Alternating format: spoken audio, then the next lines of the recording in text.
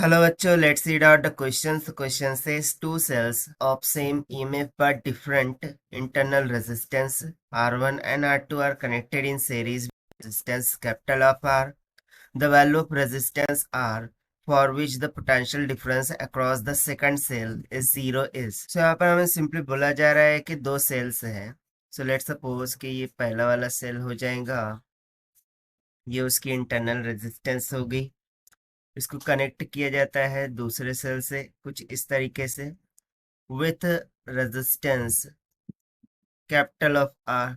सब मान लेते हैं कि ये रेजिस्टेंस कैपिटल ऑफ आर है, ये में उसकी इंटरनल रेजिस्टेंस हम R2 मान लेते हैं, और इस पॉइंट को हम मान लेते हैं कुछ A के इक्वल, और इस पॉइंट को मान लेते हैं हम B के. सो जो वैल्यू ऑफ रेजिस्टेंस R है, जिसके लिए potential difference across the second cell 0 हो जाए, क्या रिक्वायरमेंट होंगी वो यहाँ पर हमें फाइंड आउट करके निकालना है.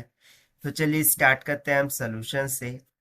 But before of its let's talk about the concept which we are going to use here for this question.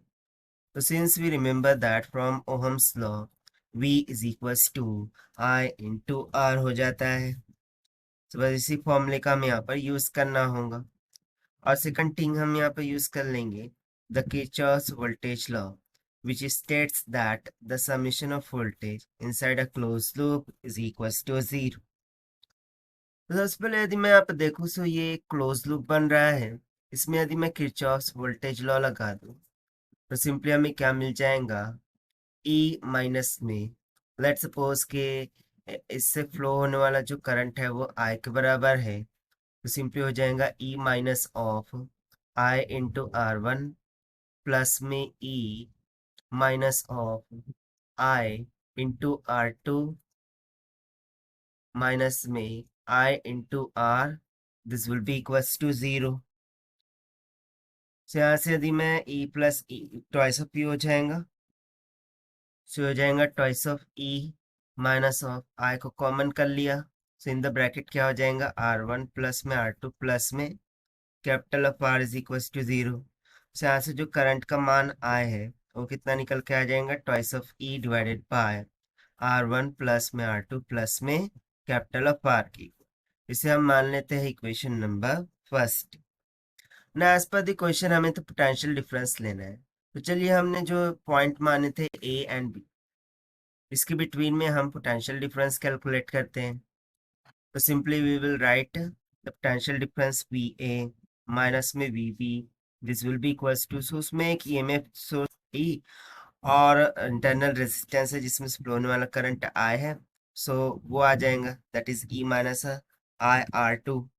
अब चूंकि अकॉर्डिंग टू क्वेश्चन यहाँ पे बोला जा रहा है the value of resistance R for which potential difference across the second cell is 0, यानी कि यदि ये पोटेंशियल डिफरेंस 0 हो जाए, सो उसके लिए हमें कंडीशन फाइंड आउट करनी थी. सो इसको हम 0 से इक्वेट कर देंगे, तो सिंपली हमें करंट का मान कितना मिल जाएगा, I would be equals to R divided by R2. इसे हम मान लेंगे इक्वेशन नंबर 2.